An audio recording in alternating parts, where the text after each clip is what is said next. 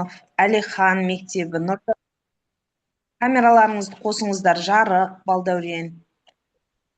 Қосыңыздар, Қосыңыздар, әріптестер. Запись экрана басталды уже.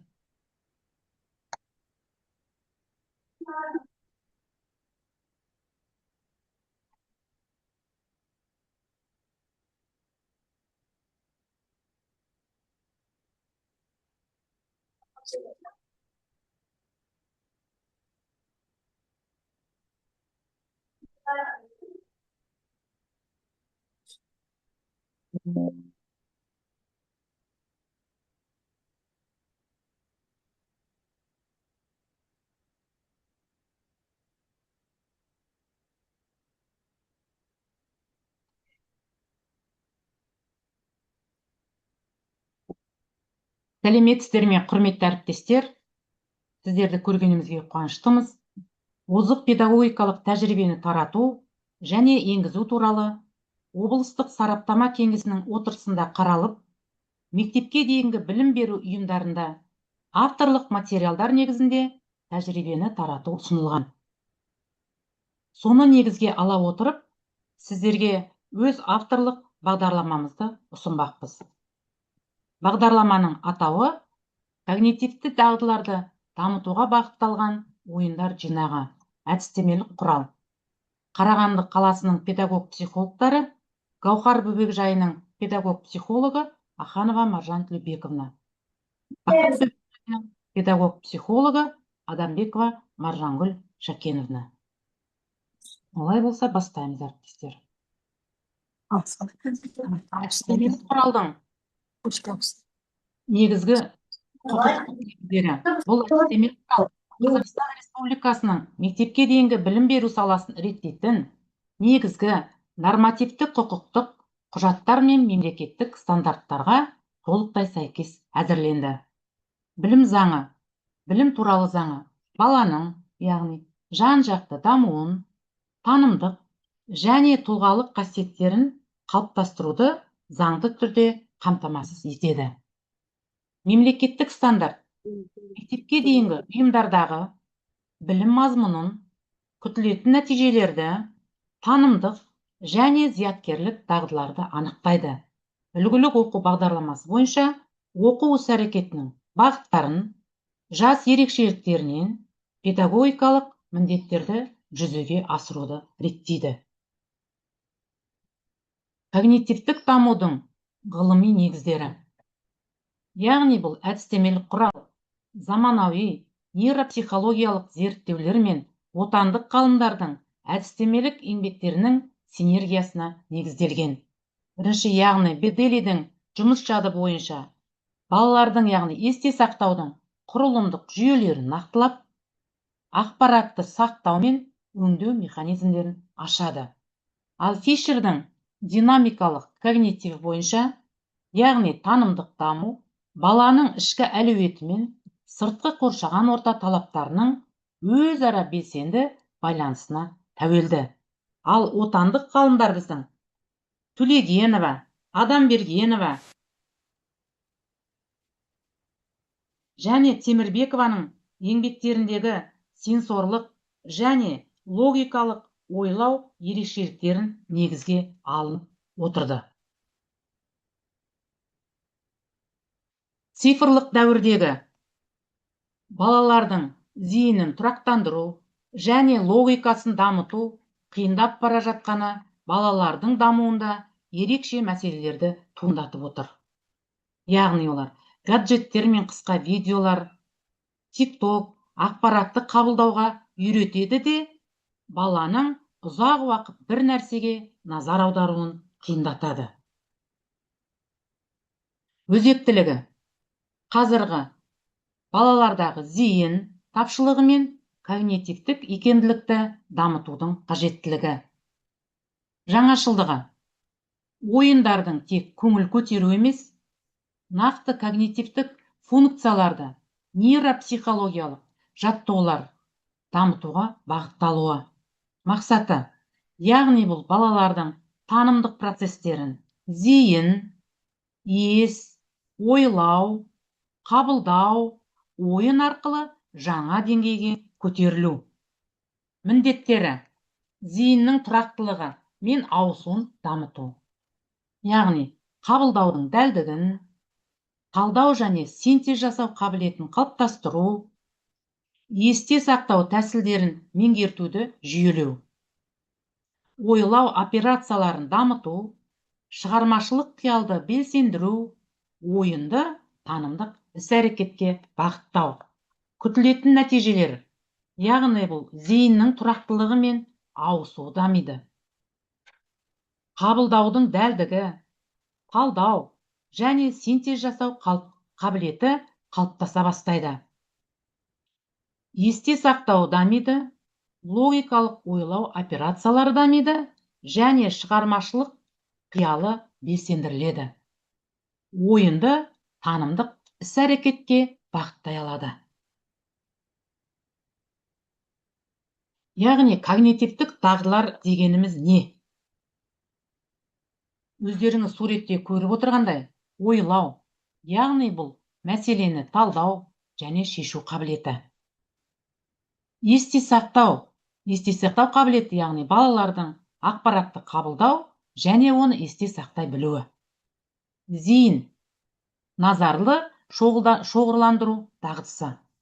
Қиял, шығармашылық және жаңашылдық.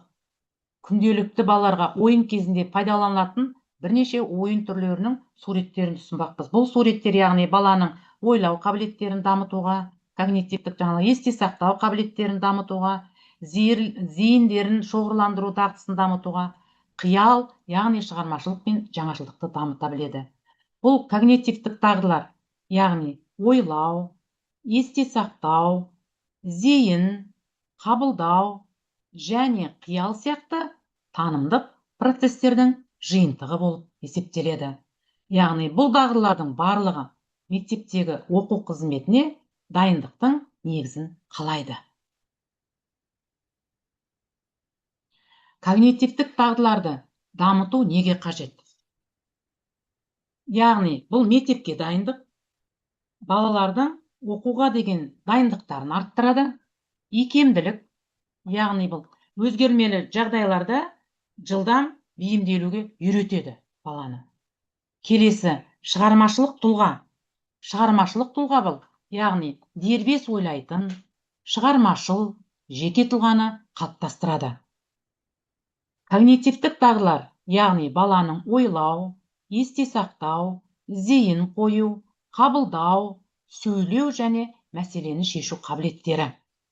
Бұл дағдылар баланың жан-жақты дамуына негіз болады.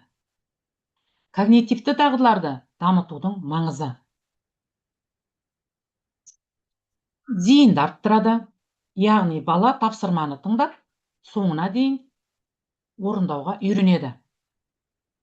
Есте сақтауды жақсартады, яғни ақпаратты тез қабылдайды, бала есіне сақтайды. Ойлау қабілетін дамытады, яғни салыстыру, талдау, қорытынды жасау дағдылары қалыптаса бастайды. Сөйлеу тілін жетілдіреді, яғни сөздік қорын молайтып, өз ойын еркін жеткізе алады.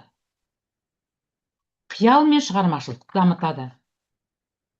Жаңа идея ойлап табуға баланы үйренеді. Бала әрі қарай үйрене бастайды. Оқу әрекетінде дайындайды. Яғни мектептегі тапсырмаларды жеңіл меңгеруге балаға көмектеседі, көп көмегін тигізеді. Қарым-қатынас дағдыларын қалыптастырады. Яғни бұл балалар мен ересектермен дұрыс байланыс орнатылады. Сонымен осының қорытындылы когнитивтік дағдыларды дамыту неге қажетті қорытындылап айта кететін болсам, өйткені когнитивті дағдыларды дамыту балалардың интеллектуалдық, эмоционалдық және әлеуметтік дамуының маңызының бір бөлігі болып табылады. Яғни ерте жастан бастап дамытатын когнитивті қабілеттер баланың болашақтағы оқу жетістігі мен өмірге бейімделуіне оң әсерін тигізеді.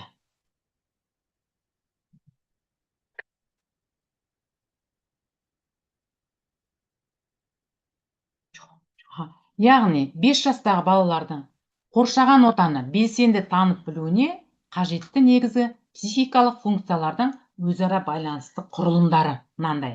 Мысалы, назар, яғни ол фокуспен бақылау, қабылдау. Сенсорлық мәліметтер бойынша балалар қабылдай алады, яғни ақпараттарды сақтау, есте сақтау. Ойлау, яғни бала өзінің ойын толық жеткізе алады, логикамен талдау. Қиял, бала өзінің ойын толық қиялдайды және шығармашылықпен ойын. Бала өзінің сөздік қорын дамытады, ойлай біледі, қиялдай біледі, есте сақтай алады, қабылдай алады. Тиімділігі мен нәтижелері. Қазіргі білім беру жүйесінде баланың интеллектуалдық даму қарқынын ескере отырып, когнитивтік процестерді жүйелі қалыптастыру ерекше маңызға ие. Себебі бірінші интеллект негіздері. Яғни бұл балада бала интеллектісінің 70% 5 жасқа дейінгі кезеңде қалыптасады. Ал когнитивтік даму мектептегі сәтті оқудың іргетасы болып табылады. Бұл интеллект негізі 70% құрайды. Жаңа тәсілдер қалай? Бірінші, нейробикалық ойындар. Олар когнитивті даму мен адамгершілік тәрбиені кіріктіре отырып, әрі қарай дамыту. Яғни, оны кіріктіре отырып ұсыну және дамыту. Жүйелі мониторингтер. Тәжірибелік, диагностикалық және бақылау құралдарының бір тұтастығы болып табылады. Құндылықтарға бағытталу, яғни құндылықтарға бағытталу бұл адал азамат тұжырымдамасы аясында ұлттық құндылықтарды ойға сіңіре білу.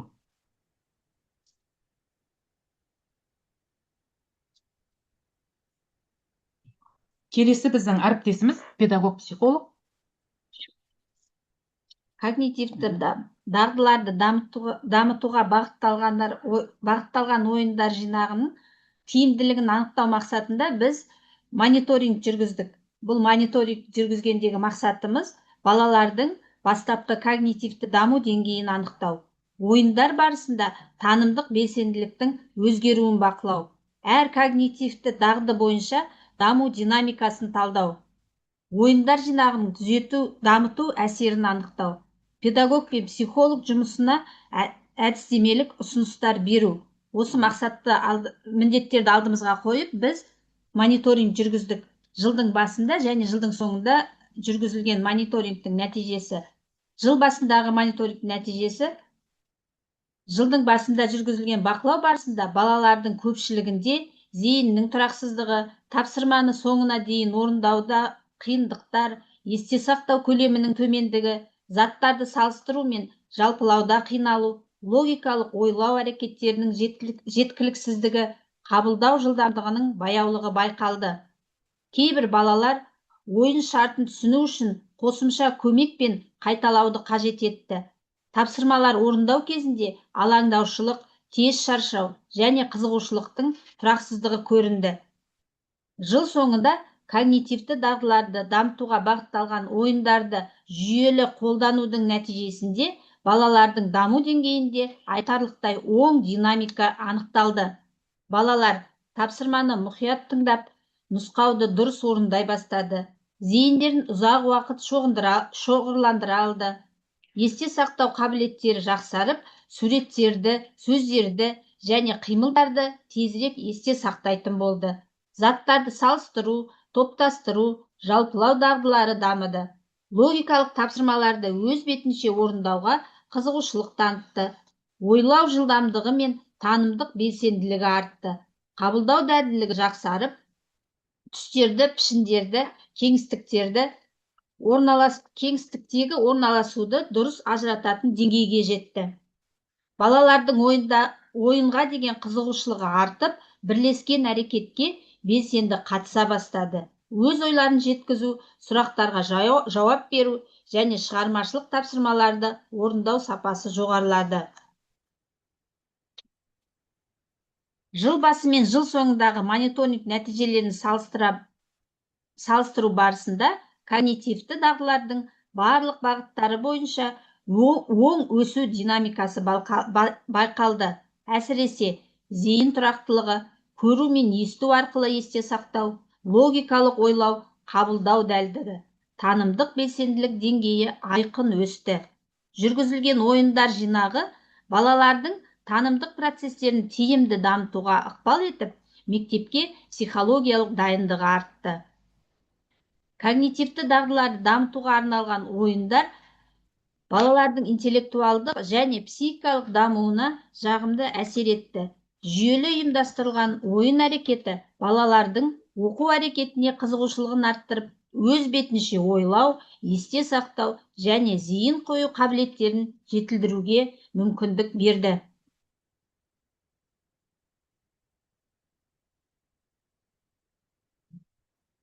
Келесі, яғни біз 5 жастағы балалардың зейінін тұрақтандыру және логикасын дамытудағы негізгі мәселелер мен шешімдер. Бұндағы бірінші негізгі мәселелер, яғни клиптік ойлау. Бұл балалар ақпаратты қысқа әрі бейнелер арқылы қабылдауға дағдыланады. Салдарынан кітап тыңдау, ұзақ ойлануды қажет ететін тапсырма орындау қиынға соғады. Келесі, дайындық, яғни гиперстимуляция. Телефондағы ойындар мен мультфильмдер баланың миына дайын, яғни қызықты дүниені балалар тез береді. Одан кейін қарапайым өмір логикалық тапсырмалар мен текшелер жинау балаға іш пыстырарлық болып табылады.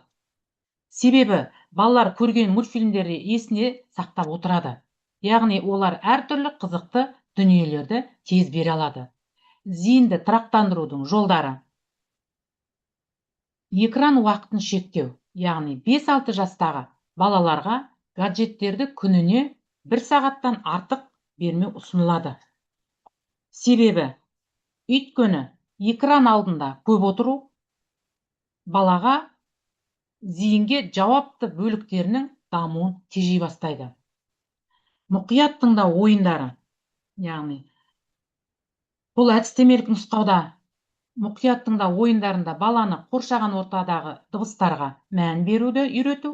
Мысалы, қазір көзіңді жұмып, сырттан қандай 3 дыбыс естілгенін айтып берші. Немесе бір уақытта бір іс. Бала сурет салып жатқанда, немесе тамақ ішіп отырғанда, артында теледидар қосулы тұрмау керек. Яғни фоnolog шу зейінді шашыратып жібереді. Сондықтан әр уақытта мұқият болу қажет. Яғни ойын дамудың кілті.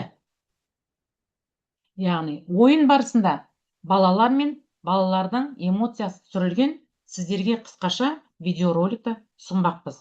Яғни ойын арқылы балалар өздерінің даму процесінде екенін байқамай-ақ қиындықтарды жеңіп, шешімдерді іздейді.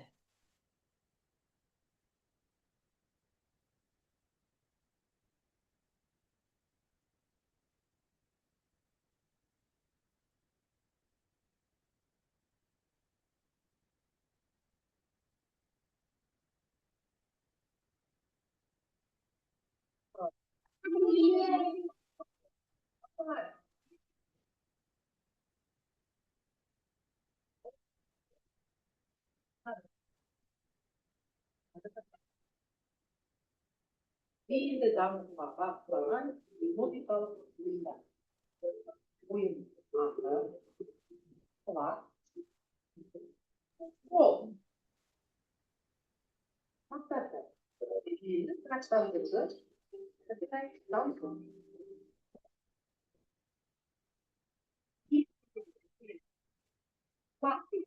Мақсаты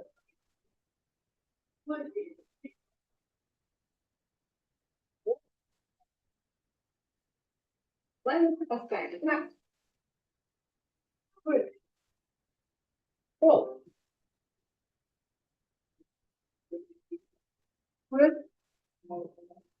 Так. Пол.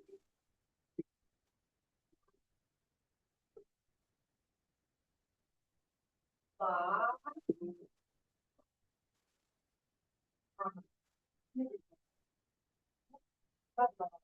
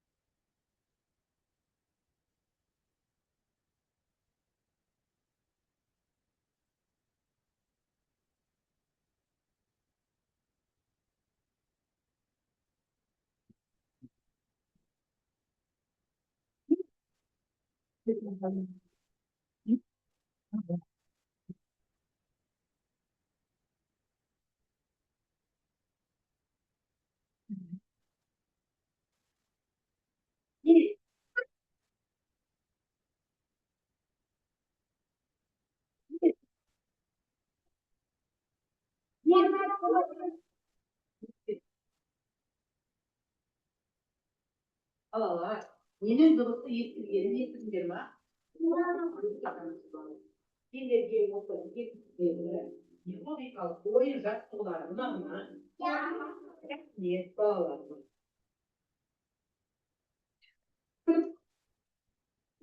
Артқа қарай тұрыңыз.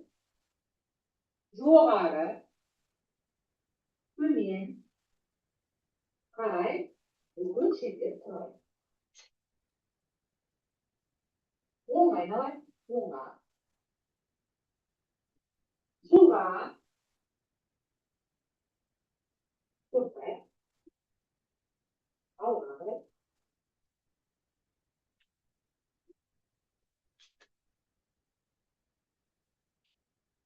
Құрметті әріптестер, өздеріңіз көргендей, мінекей когнитивтік дағдыларды дамыту балалардың есте сақтау қабілеттерін, ойлауларын, зейіндерін, яғни өздері көре отырып, балалар өздері берілген тапсырмаларды орындай отырып, міне когнитивтік балалардың осындай ойындарды күнделікті оқу қызметінде немесе серуенде әртүрлі күннің бірінші, екінші жартысында әріптестерге, тәрбиешілерге, педагог психологтарға мінекей қолдануға болады. Өйткені балалардың есте сақтауы, танып білу деректер есте қалады, олардың орындау іс-әрекеттері жүзеге аса бастайды. Келесі бейнероликті тамашалаңыздар. Сәлем, естің бе? Балалар, көріп қажай. Тамаша бала. Олай болса балалар. Есте сақтауды олай болса балалар.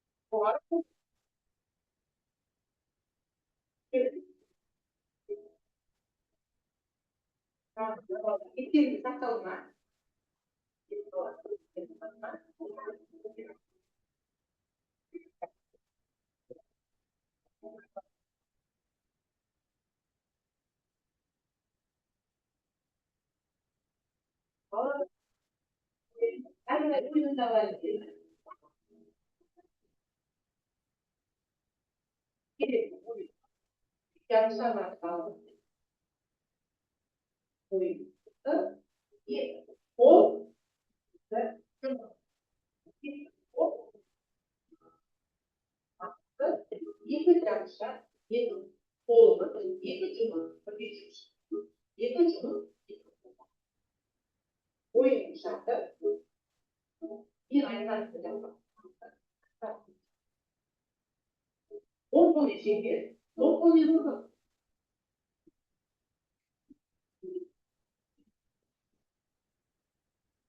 On konu yazılır. 10 konu.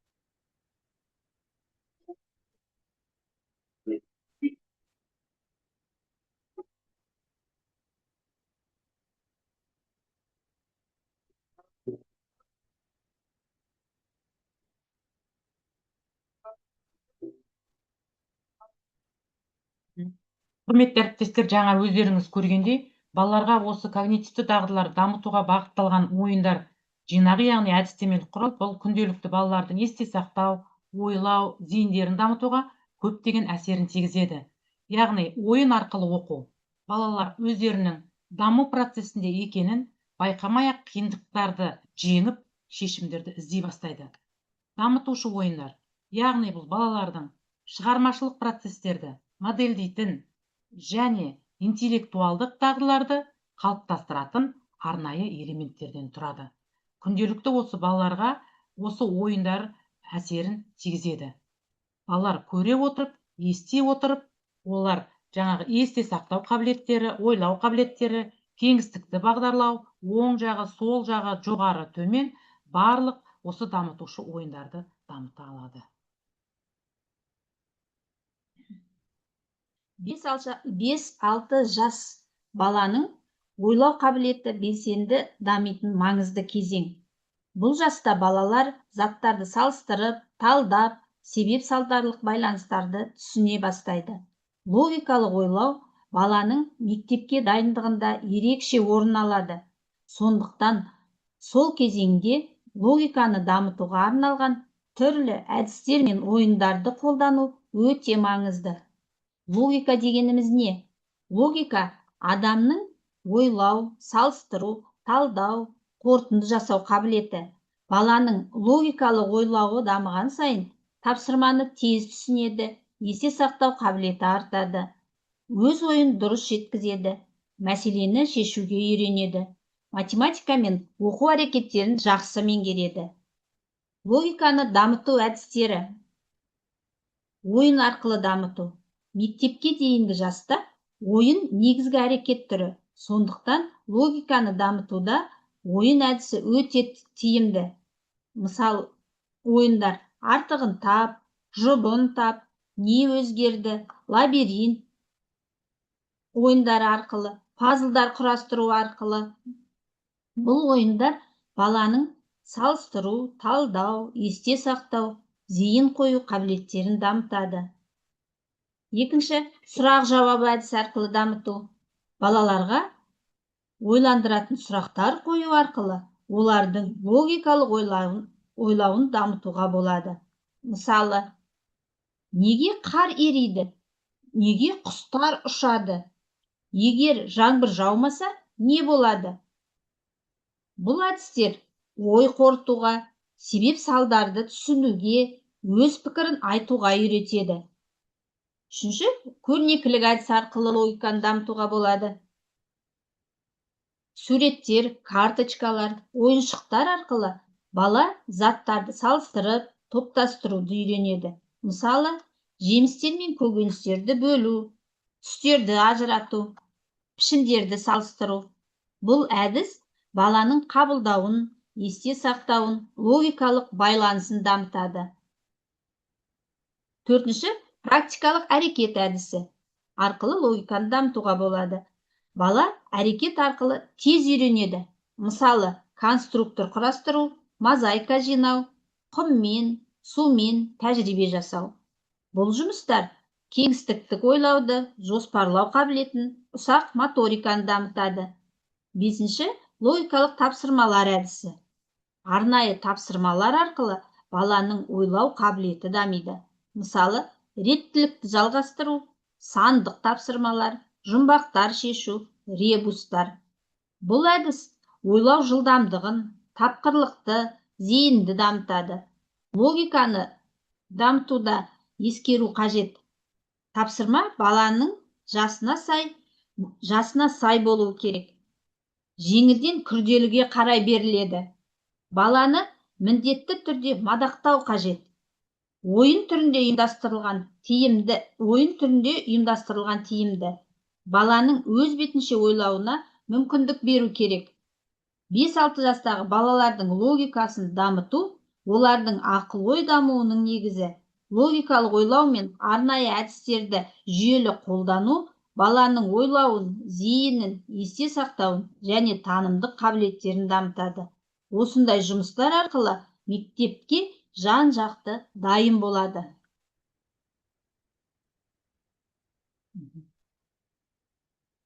Келесі біздегі мектеп жасына дейінгі балалар үшін зейін, есте сақтау, қабылдау және ойлауды дамытатын ойындардың маңызы өте зор, өздеріңіз көріп отырғандай.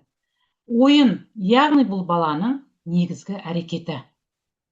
Бала ойын арқылы қоршаған ортаны таниды, жаңа білім алады, қарым-қатынас жасауды үйренеді және психикалық процестері дами бастайды. Зейінді дамытатын ойындардың маңызы. Зейін баланың белгілі бір әрекетке көңілін шоғырландыра білу. Зейін жақсы дамыған бала тапсырманы мұқият тыңдайды, нұсқауды дұрыс орындайды және оқу әрекетіне тез бейімделе бастайды. Зейінді дамытатын ойындардың пайдасы. Бала тыңдай білу қабілетін арттыра бастайды, ұқыптылыққа тәрбиелейді, бір істі соңына дейін үйрене бастайды. Баланың, яғни ұйымдастырылған іс-әрекетке деген қызығушылығы артады, алаңдаушылығы азая бастайды. Мысалы, артық затты тап, әр қатардан артық затты тап, айырмашылығын тап, екі суретті салыстыр, не өзгерді, түстерді тап, қимылды қайтала. Артық заттарды тап ойындары есте сақтауды дамытатын ойындардың маңызы. Есте сақтауды дамытатын ойындардың маңызы, яғни есте сақтау баланың ақпаратты қабылдап, сақтап және қайта жаңғырта білу қабілеті. Бұл қабілет оқу процесінде өте маңызды орын алады. Есте сақтауды дамытатын ойындардың әсері. Яғни баланың сөздік қорын молайтады, өлең, ертегі, ережелерді тез жаттауға көмектесе бастайды. Логикалық байланысты есте сақтауды дамытады, ұзақ және қысқа мерзімді есте сақтауды жетілдіре бастайды. Мысалы, есте сақтауды айт, есте сақтау төңкеріп қой, суреттерді есте сақта, қай ойыншығы жоқ, тізбектерді әрі қарай жалғастыр ойындары. Қабылдауды дамытатын ойындар.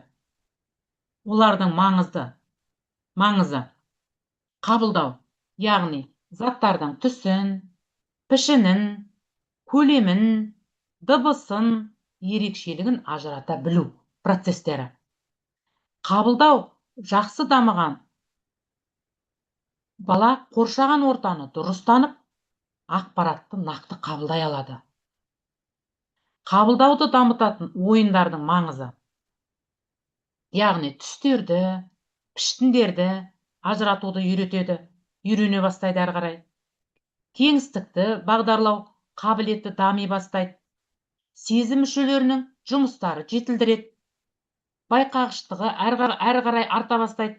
Мысалы, түсті ажырат, пішінді тап, дыбысты тыңда, айналасын тап, және тағы басқа. Жасырылған заттарды тап ойындары. Мысалы, ойлауды дамытатын ойындар, яғни логикалық ойлау. Жаңа біз атап өткендей, мысалы, қабылдау, айналасын тап, логикалық ойлаулар, мысалы, логикалық тізбелер, қай сурет келесі қайсы болатын тап, тағы сол сияқты. Жасыратын затты тап ойындары. Ойлауды дамытатын ойындардың маңызы. Бұл яғни ойлау, баланың салыстыру, талдау, қорытынды жасай білу қабілеті. Ойлауы дамыған бала, яғни мәселені шешуге, себеп салдарды түсінуге, және өз ойын еркін жеткізе білуге бейімделу арта бастайды. Ойлауды дамытатын ойындардың пайдасы, олар логикалық ойлау қабілетін дамытады, шығармашылыққа баулай бастайды, өз бетінше баланы қабылдауға үйретеді. Қиялды дамытатын ойындар. Қиялды дамытатын ойындар, яғни бұлар танымдық белсенділігін арттыра бастайды. Мысалы, логикалық тізбек, салыстыр, жұмбақ шешу, не үшін қажет ойындары. Қорыта айта кететін болсақ, дамытушы ойындар, яғни баланың психикалық процестерін жетілдірудің ең тиімді әдістерінің бірі болып табылады. Ойын барысында бала еркін әрекет етеді, қызығушылықтары арта бастайды, және жаңа білімді жеңіл қабылдайды. Сондықтан тәрбиешілер мен ата-аналар балалармен күнделікті түрлі дамытушы ойындар ұйымдастырылып отыруы қажет. Бұл ойындар, яғни баланың мектепке дайындығын арттырып, жан-жақты дамуына көмектеседі. Мысалы, міне, есте сақтау қабілетін ретін есте сақта. Өздеріңізге де белгілі 5 суреттер берген, суреттердің ретін есте сақтайсында, бос ойындарға ретімен жазып шығамыз. Мысалы, ара, гүл, көбелек, қоңыз, жапырақ. Осыларымызды есте сақтай отырып, есімізге сақтаймыз да, астында карточкаларды жауып, балалар есте сақтаған өздерінің суреттерін астына өздері қоя бастайды. Бірінші қай суретті қойды, екінші қай суретті қойды, үшінші қай суреттерді қойды. Сол сияқты, мысалы, логикалық ойлауда, яғни ойлауда логикалық тізбеліктер қай суретте келесі болатынын айт. Мысалы, дөңгелек, шаршы, үшбұрыш, дөңгелек, шаршы. Бала жаңағыдай ойлап отырып, өзінің есте сақтау қабілетін арттырады. Шаршыдан кейін қай сурет тұр, мысалы? Үшбұрыш деп бала көзбен көрген есте сақтау қабілетін арттырады. Мысалы, қызыл алма, тағы да қызыл алма, 2 қызыл алма, логикалық тізбелік. 1 алмұрт, 2 қызыл алма. Қайсысы болады, мысалы, 2 қызыл алмадан кейін? Мысалы, алмұрт болады. Сол сияқты балалардың күнделікті логикалық тізбегі арқылы ойындарын арттыруға болады. Зейіннің айырмашылығын тап, мысалы. Балаларға осы суреттер арқылы балалар өзі көре отырып, ести орқылып, балалар 2 суреттегі, мысалы, мұқият суреттері салыстырады. Ал құрметті әріптестер, суретке қарап көрейікші, осы суретте кәні бір мезгіл бізде бала көріп кішкене сергіп алайық. 2 суретті мұқият салыстырып көрейікші кәнекей. Бірінші сурет пен екінші суретті. Айырмашылығын табайық. Ал әріптестер мұқият қарап алыңыздар. Звуктарыңызды қосып қойыңыздар. Дауыстарыңызды қосып айтуға болады, айырмашылықтарын айтып. Айырмашылықтарын айтып берсеңіз. Саламатсыздар ма? Бұл жерде велосипедтің түсі, Қызыл.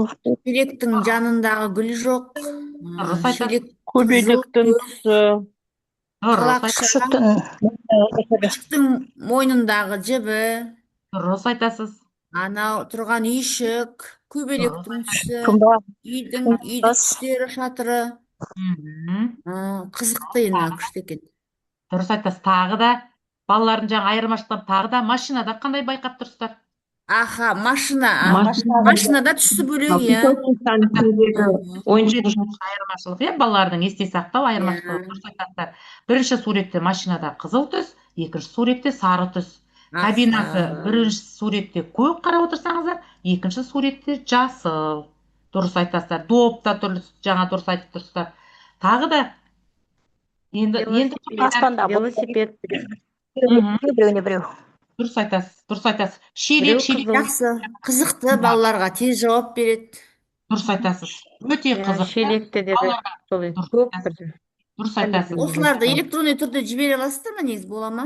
Бізге керек еді, жақсы екен. Жақсы, оны ескереміз. Енді қараңыздар, тоже құмның ішінде қараңыздар. Көк, жасыл қалақша тұр біріншіне де, екіншіне де мысалы қызыл фиолетовый. қызыл тұр. Және ана қоршалғанда тоже қызыл көк болып тұр.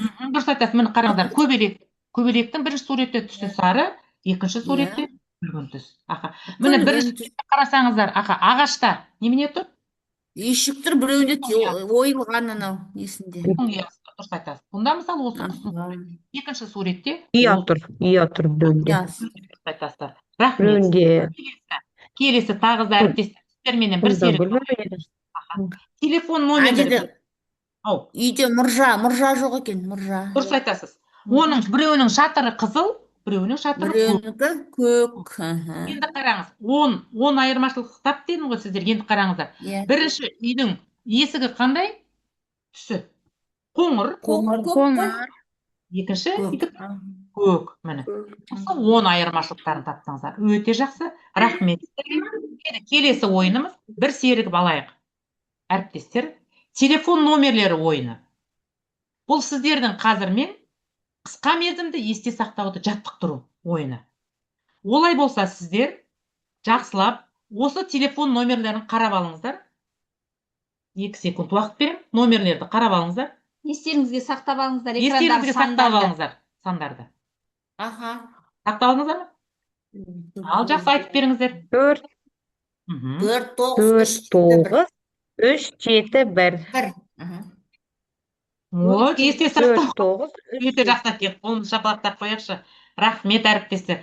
Қысқа мерзімді есте сақтауның жаттығулары, осындай жаттығулар балаларға өткізуге болады. Келесі тағы. Мен бұны енді тезірек қосам. Телефон номерлерін тағы бірге санайық. Қызықты сандар қарап алыңыз. Ал 5, 2, 8, 4, 9. 5, 2, 8, 4, 3. Ал 5, 2, 8, 4, 3. 5, 2, 8, 4, 3. Өте жақсы екен. Бір. Қабілеттеріңіз өте жақсы екен. Міне біраз бір серік ойларымызды, пікірлерімізді мінекей алмастырып алдық. Жақсы. Келесі. Енді міне есте сақтау.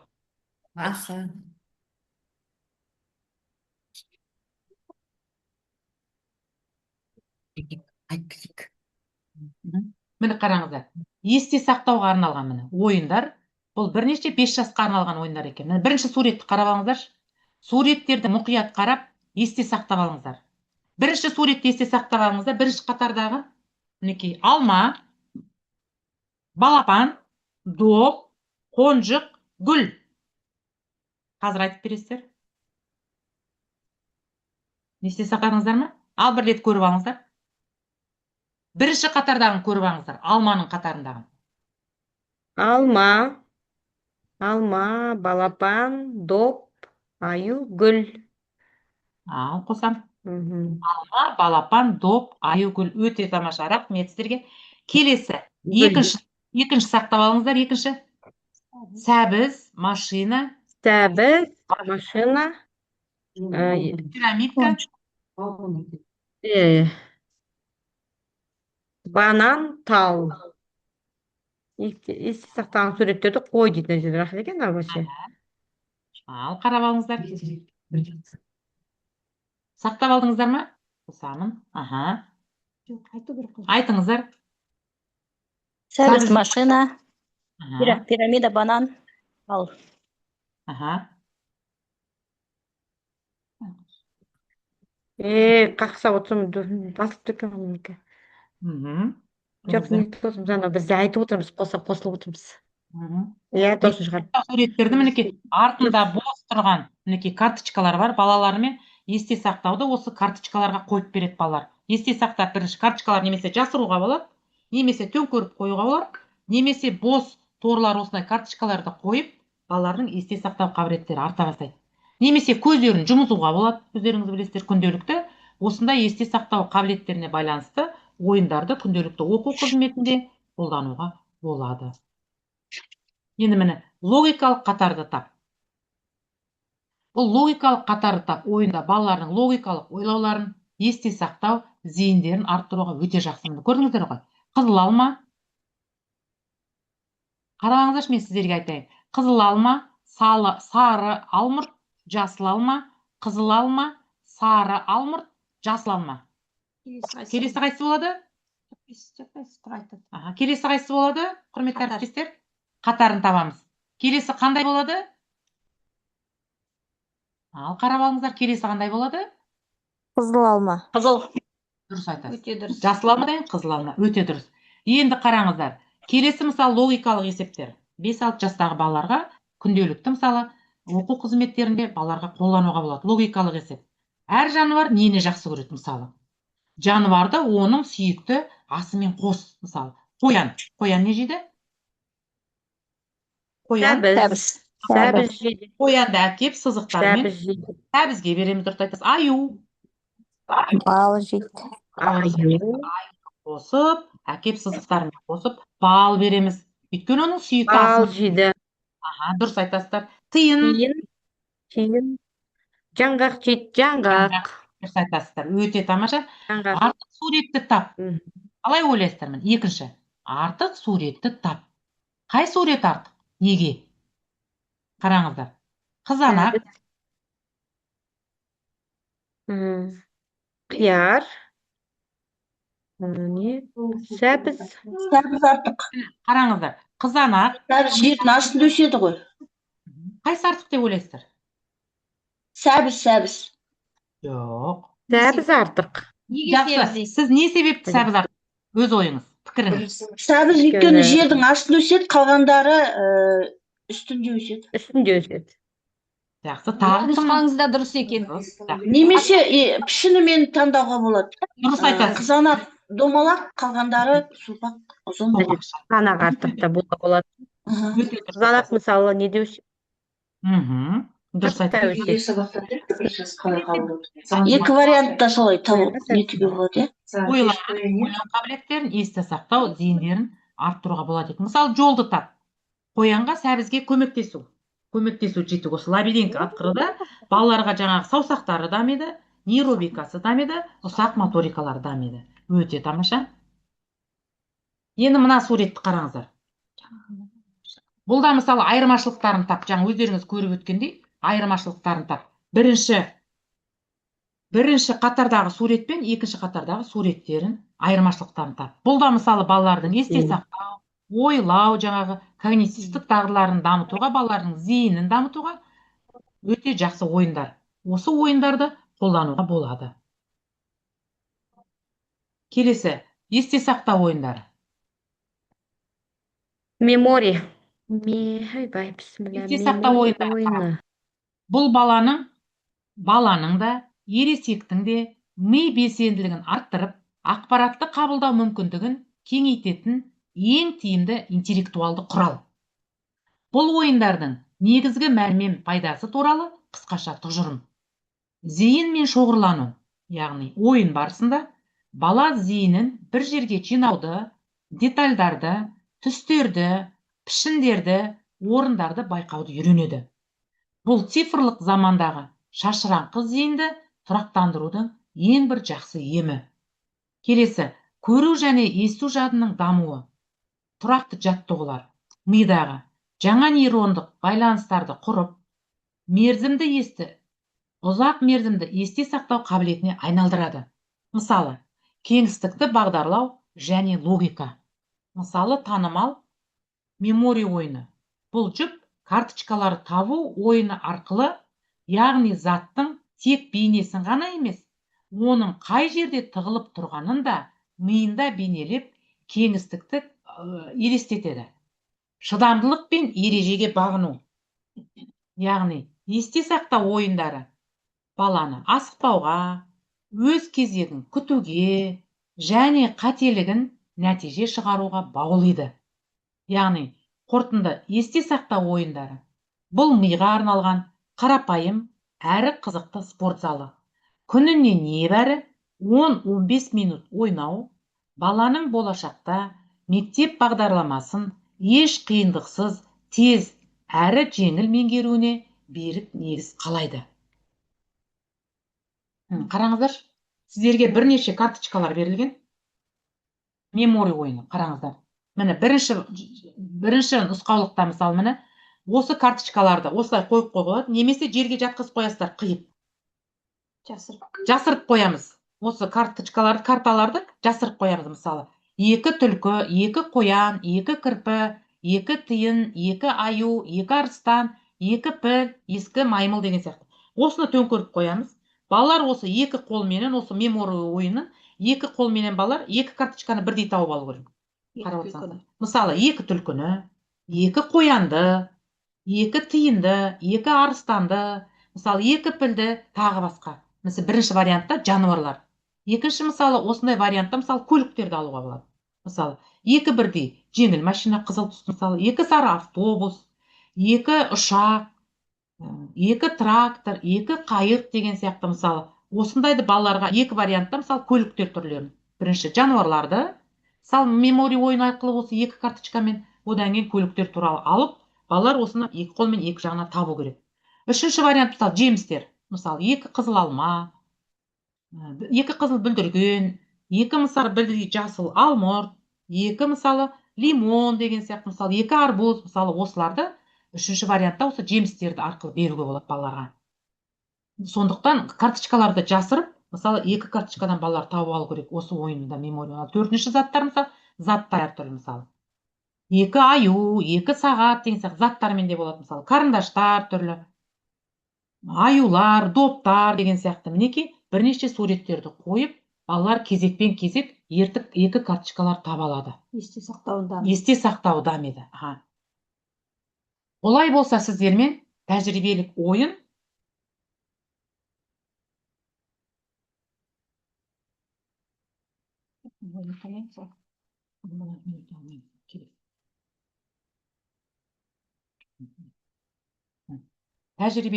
мысалы, мемори жадыны дамытатын ойындар, мысалы, мемори ойындары. Жаңа мен айтып өткендей, мысалы, мемори дегеніміз бұл жадыны дамыту. Жадыны дамыту, яғни есте сақтау. Мемори ойыны қарап отырсаңыздар, міне карточкаларды төңкеріп жайып қой. Ойыншылар кезекпен кезек 2 картаны ашады. Картаны ашып отырады, кезекпен кезек, осылай қарап отырсаңыздар, 2 бірдей суреттерді табады. Жаңа өздеріңізге айтып өттім ғой, мысалы, 2 аю, 2 топ, 2 машина, 2 ағаш, 2 көбелек, 2 мысалы балапан сияқты. Енді мен қазір сіздерге ойынды кішкене қиындатам. Қарап алыңыздар. Сіздер осы ойынды қиындатып, маған көріңіздер.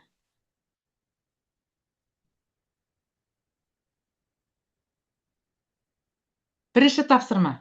Сіздер осы ойынды қиындатып, немесе басқаша өзгертіп көріңіздер. Қалай өз ойларыңыз, өз пікірлеріңіз. Мысалы, бұл мемори ойынын, оны 3 негізгі элемент бойынша да карточкалар, ережелер қалай ойнанады. Олардың жеңіс шарты болу керек.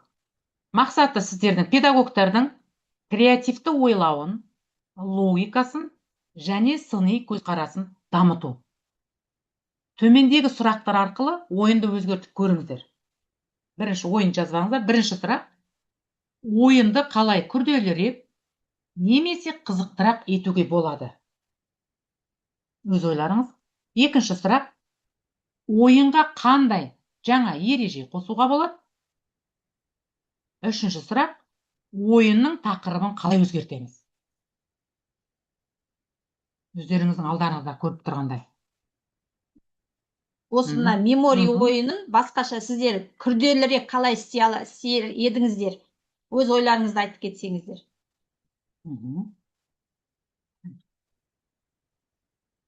Мысалы бұл жерде міне қатардағы мына былай қойса машина. Суретті көрсетсеңіздер. Міне сурет. Көрінбей ме, көрінбей ме? Көрінді ме? Жоқ, көрінген жоқ. Неге? Мына жерде мысалы алманың суреті тұр, машина, қонжық, доп, банан, мысық. Осыларды қатардағысын тап деп нету керек. Мысалы бірінші қатардағы тұрғандарды мысықты табыңдар деп былай қояды. Банан, Дұрыс айтасыз. доп, қонжық, машина, алма. Кезекпен кезек ойната аласыз, иә? Тағы кімнің қандай? Иә. Олай да болады, дұрыс айтасыз. Тағы қалай күрделендіруге болады? Осы мемори есте сақтау ойыны. Күрделілеген кезде жаңа суреттер жауып қойса, жауып. Бала ойланады ғой. Жауып тұрғанда ашып табу керек. Бұл карточкаларың ту көріліп тұрады. Сізге көрсетіп тұрмыз, бірақ ол көтеріліп тұрады. Сіздер оны екі бірдей бананды табасыз. Мысалы міне жаңағы екі бірдей бананды тапсын, сөйтіп екіден. Екі машина тапсын, көбелекті табады. Қасындағы парымен қосып бүйтіп. Тағы да қалай өзгертуге болады? Дұрыс айтасыз. Тағы қалай өзгертуге болады? Қалай күрделендіруге болады? Мысалы, карточканың санын көбейтуге болады, жас ерекшелігіне байланысты. Соны үстіне қояды. Карточканы көбейтіп, жаңағы алманы қояды, жаңағылар машинаны қояды, сөйтіп. Солай өзгертіп, түрлендіріп жасауға болады екен. Өте жақсы. Бұл қорытындыда, яғни әр педагогтың өздері жасаған ойындарын тыңдау, немесе көру, ойларын айту, ашық айту. Бір-бірлеріңізге деген ойынның түсініктілігі мен қызықтылығына байланысты бағалай білу. Яғни рефлексия. Қатысушылар ойынды өзгерту барысында жаңа сіздерге қандай қиындықтар болды? Логиканы дамытуға жаңа ережелерді қалай әсер еткенін айтып өтсеңіздер. Сіздерге қандай қиындықтар туды? Ойларыңыз, пікірлеріңіз. Жаңа өздеріңіз осы мемори ойынын ойлап алдық қой, жаңа есте сақтау. Соны күрделі қалай сіздерге қиындықтар туды? Өз пікірлеріңізді айта кетсеңіздер.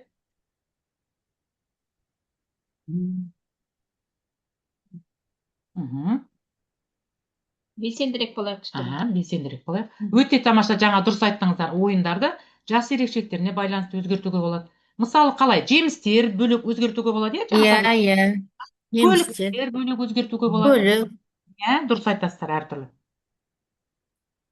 Енді міне қараңыздар. Екі бірдей суретті міне мемори ойынын түрлендіруге болады. Мысалы, логикалық жұптар. Екі бірдей сурет емес, бірін-бірі толықтыратын логикалық жұптарды табу. Мысалы, аю қайда дейді, апанда. Міне, мысалы, жануар мен оның мекені. Аю қайда? Түрлендіруге болады. Аю, апанда. Апанда. Мысалы, мен сізге сұрақ қойып тұрмын. Сұраққа жауап деген сияқты, иә? Мына мен айта кетсем, мысалы мен сабағымда мысалы төлдерді үлкен нелердің төлдерін табыңдар деп сөйтіп шашқан балалар тез табады. Сиыр бұзауға, жылқы құлынға, түйе, бота. Балаларды сол жаңағы үй жануарларын түрлендіруге болады. Қалай мысалы? Дыбыспен де төлдерін тапты енді де. Төлдеріне табылады. Есту арқылы балалар ойлау арқылы өз ойларын айтып салады дыбыстан. Енді міне қараңыз, тарихи тұлға, оның еңбегі немесе басы мақалдың соңы болады. Мысалы, үштік мемори жасауға болады. Мысалы, қарасаңыздар, ойынды күрделендіру үшін екі карточка емес, бір-біріне байланысты үш карточка қатарынан табу керек. Мысалы, мемлекеттік ту. көрдіңіздер иә? 3 рет оны өзгертуге болады. Мемлекеттік ту, сосын астанасы, мысалы мемлекеттік туды көрсетесіз, Астана, көрдіңіздер ғой, күрделендіресіз. Сосын картадағы бейнесін көрсетесіз. 3 түрлі карточка арқылы да, мысалы, мектеп алды топтарды да солай күрделендіруге болады. Өйткені себебі балалардың жаңағы есте сақтау қабілеттері, ойлау қабілеттері әрі қарай дами түседі. Мысалы, қозғалмалы мемориялар болады. Карточканы ашқан кезде орындалатын шарттар қосуға болады. Жаңа өздеріңіз айтып өткендей. Мысалы, жаңа айттыңыздар ғой, үй жануарларын айтқан кезде көрсетесіз, оның дыбысын естіртесіз, мысалы сол сияқты. Мысалы, егер ракета немесе қиын карточкасын ашып қалса, барлық ашық тұрған карталар араласып орын ауысады. Басқа да логикалық ойындарды түрлендіруге болады екен. Мысалы, крестики, нолики. Мысалы, крестпен ойын түрлендіру. Мысалы, сұрақ-жауап. Бірінші крестикті қоясыз тор көздің ішіне, одан кейін жаңа нолики қоясыз. Немесе тор көздің ішіне жаңа крестики, немесе нөл қою үшін алдымен тор көзде жасырылған логикалық сұраққа немесе есепке дұрыс жауап беру керек. Содан кейін қана ойынды әрі қарай жалғастыра аламыз. Мысалы, домино ойынын түрлендіру. Тілдік немесе математикалық домино. Сандардың орнына, мысалы, 5 қосу 5 деп алуға болады. Көрдіңіздер, мысалы, суреттердің орнына. Екінші жағына, мысалы, жауаптар жазылады, ол сияқты. Ойыншылар тізбекті есептің жауабын таба отырып, әрі қарай қарап отырып. Көрдіңіздер ғой, сонда балалардың жаңа когнитивтік дағдылары, есте сақтау, ойлау, зейін, қабылдау қабілеттері дамиды екен. Мына суреттерді өздеріңіз жаңағыдай міне осындай есте сақтау суреттер беріп қоюға болады. Осыны суреттерді балалар әрі қарай жаңа орнына қояды. Міне көрдіңіздер ғой. Екі заттарды, енді заттарды өз орындарына қойып шық. Балалар жаңағы есте сақтауын бақылайсыз ғой. Көрдіңіз бе міне? Көлеңкесін тап. Көрдіңіздер ғой, мысалы міне суреттер берілген. Осы суреттердің көлеңкесін тап. Бірінші сурет. Дұрыс айтасыз. Бірінші суреттерді көрсетеміз. Есте сақтау. Одан кейін балаларға жаңағыдай көлеңкесін беріп, балалар қай ойын, мысалы, осы ойындарға солардың көлеңкелерін табады. Өз орындарына жаңағы заттарды орындарына қойып шығады екен. Сондықтан күнделікті осындай ұйымдастырылған іс-әрекеттерде балалардың ойлау қабілеттерін, есте сақтау, зейін, барлық когнитивтік дағдыларды пайдалануға болады екен.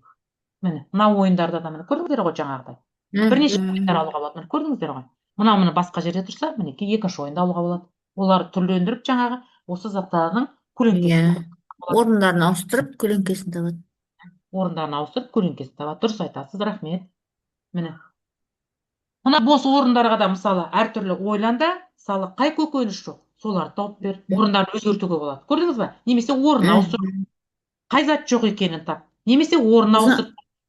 Сосын кейін мына жерде қайсы жеміс, қайсы көкөніс деп айтуға болады балаларға. Қайсы жеміс, қайсы көкөніс. Дұрыс айтасыз.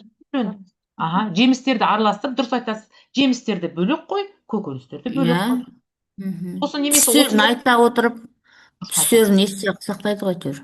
Дұрыс айтасыз. Түстерін есте сақтай отырып, түстерін, көлемдерін жаңағы кеңістікті бағдарлап, жаңа балалар пішін, сопақша, пішіндер айтады ғой, сопақша, домалақ деп. Дұрыс айтасыз. Пішіндерін айтамыз, түрлі түстерін айтамыз. Бұл жерде математика кіреді, жаңағы түстері кіреді баланың. Дұрыс айтасыз. Өздеріңіз жаңағы бейнероликте көріп кеткендей балалардың жаңағы есте сақтау қабілеттері. Есте сақтау қабілеттері көріп отырып жаңағы өздері балалар ойнай білді ғой ойынды. Көрсетті. Мысалы денеміз. Көптеген осы жаңағы когнитивті дағдыларды дамытуға бағытталған осы ойындар жинағында әдістемелік құралда осы балаларға көбінесе осы нейробикалық ойындарды қолдануға болады. Осы әдістемелік құралдың ішінде көптеген нейробикалық ойындар бар. Бұл яғни балалардың жаңағы сол жақ, оң жақ дейміз ғой, екі жақпен мысалы жаңа өздеріңіз көргендей, мысалы оң алақан, сол жұдырық, оң алақан, сол жұдырық, керісінше мысалы оң қол, сол қол деген сияқты, мысалы сонда баланың екі жақ миышақтары дами бастайды екен. Міне мынандай жемістермен жаңа өздеріңіз көріп өткенде ойлан да қай жеміс жоқ екенін тап, қай жеміс жоқ екенін тап та бос орынға сәйкес жемістерді тап, мысалы қай заттар. Енді келесі өте тамаша, рахмет сіздерге, біраз ми тынықтырып алдық. Енді келесі біз баланың танымдық дамуы. Баланың танымдық дамуы, яғни ойын арқылы когнитивтік дағдыларды дамыту қарапайым сезімдік қабылдаудан күрделі шығармашылық ойлауға дейін сатылы түрде жүзеге асады екен. Осы біздің әдістемелік құралда біріншімен қарап отырсаңыздар, сенсорлық қабылдау, яғни тәжірибе арқылы Тәжірибе сезіне арқылы сезіну. зейін және есте сақтау. Бұл яғни назар аудару мен есте сақтай білу. Мгм. Келесі логикалық талдау. Жаңа өздеріңізге көрсетіп, өздеріңіз айтып өткендей. Яғни бұл себеп салдарын түсіну. Келесі шығармашылық қиял, ойлау мен шығармашылықты дамыту. Яғни Мгм.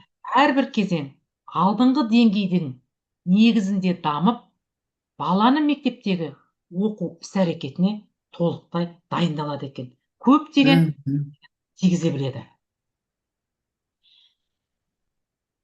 Келесі қарап отырсаңыздар, осы сандық оқыту құралдары мен геймификация. Яғни бұл бірінші танымдық белсенділік, танымдық белсенділіктерге цифрлық ойындар, балалардың оқуға деген қызығушылығы артады. Шығармашылық әлеумет. Шығармашылық әлеуетте, яғни жаңа идея ұсыну керек. Және шығармашылық тапсырмаларды дамиды. Мен қалай отырамын деп форма жоқ. Сенің формам не кішкене қой, үйге барған жоқпыз. Үйге барған жоқпыз емес Звуктарыңызды өшіріп қойсаңыздар, әріптестер, звуктарыңызды өшіріп қойыңыздар. Келесі оқу мотивациясы. Яғни оқу мотивациясында геймификация, яғни балалардың ынтасын тұрақты ұстап тұруға мүмкіндігін береді екен. Оқу мотивациясында, яғни геймификация балалардың ынтасын тұрақты ұстап тұруға мүмкіндік береді. Геймификация, яғни бұл ойынға мүлдем қатысы жоқ. Салаларда ойын элементтері мен механизмдерін қолдану әдісі. Яғни күрделі, жалықтыратын, немесе күнделікті қайталанатын істерді қызықты ойынға айналдыру. Басты мақсатымыз баланың ынтасын және белсенділігін арттыру. Геймификацияның негізгі элементтері: ұпайлар сәтті орындалған әр тапсырма үшін беріледі. Белгілер мен марапаттар белгілі бір жетістікке жеткенде берілетін виртуалды медальдар. Ең жылдам бала немесе күнделікті алынып отыратын, мысалы, күн кейіпкерлері, тағы басқа. Рейтингтер кімнің алда келе жатқанын көрсететін жарыс тақтасы. Рейтингтер дегеніміз, яғни кімнің алда келе жатқанын көрсететін жарыс тақтасы. Бұл бәсекелестік рухты оятады. Деңгейлер, яғни тапсырмаларды қарапайымнан күрделіге қарай сатыла түсуі. Ойынның бірінші деңгейі, ойынның екінші деңгейі сияқты. Сандық технологиялар заманында 5-6 жасар баланың миын демалдырудың және логикасын дамытудың ең үздік құралы қолмен ұстап ойнайтын дәстүрлі ойыншықтар, яғни конструкторлар, пазлдар, немесе таза ауада қозғалыс және ата-анамен бірге өткізген сапалы уақыт. Мінекей сандық технологиялар осылар. Келесі сіздерге ұсыныстар. Яғни когнитивті ойындары білім беру процесіне кіріктірудің тиімді жолдары. Жүйелілік. Ойындарды күнделікті оқу іс-әрекетіне және сергіту сәттеріне 10-15 минуттан енгізу. Қарапайымнан күрделіге. Яғни тапсырмаларды баланың жас ерекшелігіне сай біртіндеп күрделендіріп отыру. Эмоционалды қолдау. Баланың жетістіктерін атап өтіп, сенімділік ұялату. Жүйелі түрде ұйымдастырылған ойын. Яғни бұл баланың болашақ интеллектуалдық дамуының кепілі. Тәжірибеде сәтті қолданыңыздар. Тәжірибеде қолдануға болады. Қорытынды. Бұнда яғни когнитивті дағдыларды дамытуға бағытталған ойындар жинағы, әдістемелік құралы, мектепке дейінгі жастағы балалардың танымдық қабілеттерін жан-жақты дамытуға арналған тиімді педагогикалық құрал болып табылады. Жинақтағы ойындар балалардың зейінін, есте сақтауын, ойлауын, қабылдауын, қиялын, сөйлеу тілін және ұсақ моторикасын дамытуға бағытталған. Яғни ойын арқылы ұйымдастырылған тапсырмалар бұл балалардың қызығушылығын арттырып, оқу әрекетіне деген жағымды мотивация қалыптастырады. Сонымен қатар балалардың өз бетінше ойлауына, салыстыруына, талдауына, қорытынды жасау дағдыларын дамуына мүмкіндік береді. Әрбір ойын баланың жас ерекшелігіне сай таңдалып, олардың психологиялық және танымдық дамуын қолдауға ықпал етеді. Әдістемелік құрал педагогтар мен ата-аналарға балалармен жүйелі және нәтижелі жұмыс жүргізуге көмектеседі. Ойындарды күнделікті оқу қызметінде, түзету дамыту жұмыстарында және еркін әрекет барысында қолдануға болады. Ойын арқылы даму болашаққа жол, интеллектуалдық әлеует. Бұл когнитивті дағдыларды ойындар арқылы дамыту, яғни баланың ақыл-ой мүмкіндіктерін ашудың ең тиімді жолы. Шығармашылық тұлға. Ойын шығармашылық пен сыни ойлауды ынталандыратын табиғи орта. Болашаққа дайындық. Ойын білім берудің қуатты құралы. Ол балаларды өмірдің қиындықтарына дайындайды. Когнитивтік дағдыларды дамытуға бағытталған ойындар жинағы әдістемелік құралы дайын рецепттер жиынтығы емес. Бұл баланың танымдық әлеуетін ашуға арналған құрал. Яғни біз ойын арқылы баланы оқуға мәжбүрлемейміз. Оның оқуға деген ішкі қажеттілігін оята білуіміз қажет.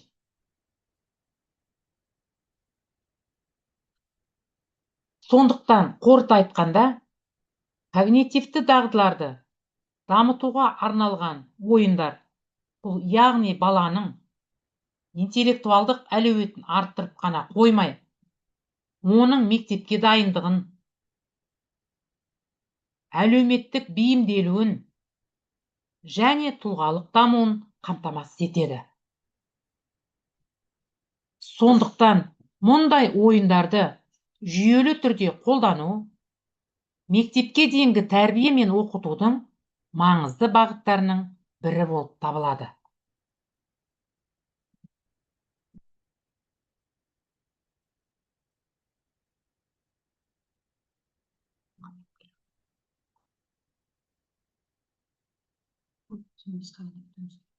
Құрметті әріптестер, мен өздеріңіз көріп отырғандай, мінекей, осы когнитивті дамытуды бағытталған ойындар жинағы әдістемелік құрал, мінекей сіздерге өзінің әрі қарай жаңағыдай баланың танымдық әлеуетін ашуға арналған құрал көмек ретінде беріледі. Назарларыңызға рахмет. Кері байланыс, құрметті әріптестер. Кері байланысқа шығыңыздар, құрметті әріптестер.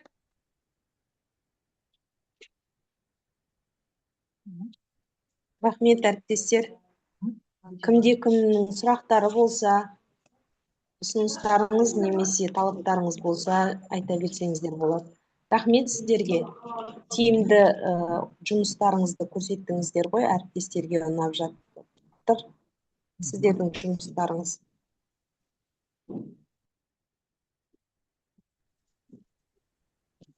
Айтарларыңыз болса, әріптестер, елдің бәрі обедке асығып отыр-ау деймін.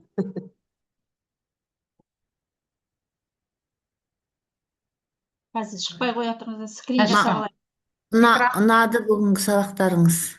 Осыны қалай алуға болады, өзімізге нетсек, сабағымызға ішіне алатын заттар бар екен көп. Өте көп бұл әдістемелік құралда бар. Аха, Жаңағы сол ұнап тұр, қызықты балаларға. ұйымдастырған Қосымшалы. қолдануға болады. Бұл әдістемелік нұсқау типографиядан шыққаннан кейін таратылады. Оны ескертеміз, қосымша айтамыз. Жақсы болар еді. Алмагүл Данияровна. Алдағы оқу жылға қоссақ дегеніміз ғой. Өте жақсы. Алмагүл Данияровна арқылы алуға болады. Хабарда болады. Жақсы. Жақсы, рахмет сіздерге көп-көп. Сіздерге де көп рахмет. Сіздерге де көп рахмет. Тағы қандай ұсыныс пікірлеріңіз бар? Кері байланыс, құрметті әріптестер. Ойларыңызды, пікірлеріңізді айтып өтсеңіздер. Қандай өздеріңізге ой түйдіңіздер, ой толғау жасап, сөздеріңізді қысқаша айтып өтсеңіздер.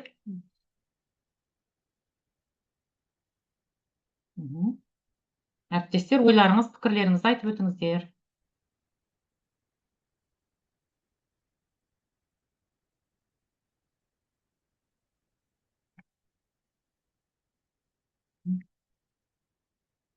Тыңдағандарыңызға көп рахмет.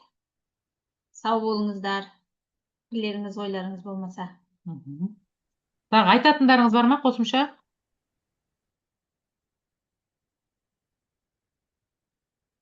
Назарларыңызға үлкен рахмет. Сау болыңыздар.